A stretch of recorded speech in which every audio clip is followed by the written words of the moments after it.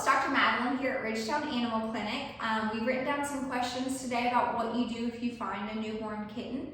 I've got Taylor that will read out these questions. So Taylor, what's that first question?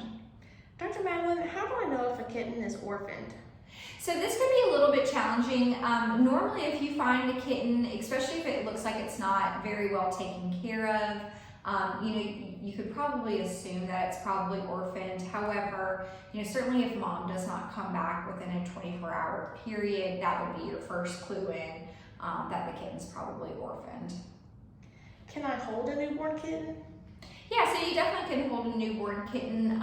Just of course be very gentle and careful when you're holding it. Make sure not to drop it, obviously. But yeah, there should be no issues holding a newborn kitten. How do I keep a newborn kitten warm?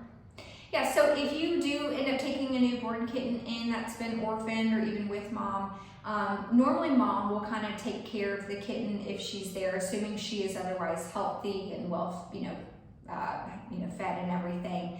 If she's having any issues, then you might need to kind of step in for mom. But so you can have an area where there's like maybe a heat source, such as a heating pad. Make sure you put a blanket over it. We never want a heating pad directly on a kitten, but also make sure that there's an area that the kitten can get away from the heat so that it does not get overheated. If we kind of trap a kitten with the heat source and don't give them that chance to get away if they need to cool down, we could overheat that kitten. How do I care for a kitten without their mother? Yeah, so depending on the age, if it's a newborn up to, let's say, 5 weeks or so, 5 to 6 weeks, you might need to, or you will need to do kitten milk replacer with bottle feeding. And so usually we recommend every 2 hours with that, sometimes more. So if the kitten's vocalizing and readily takes the bottle to be fed, then of course it's hungry, very similar to like a newborn baby. And then as the kitten gets a little bit older, those windows will gradually kind of space out.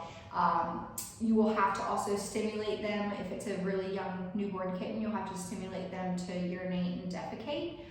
We can kind of walk you through that over the phone. There's also some really great resources for how to do that online as well. How do I care for a newborn kitten that's been found with their mother?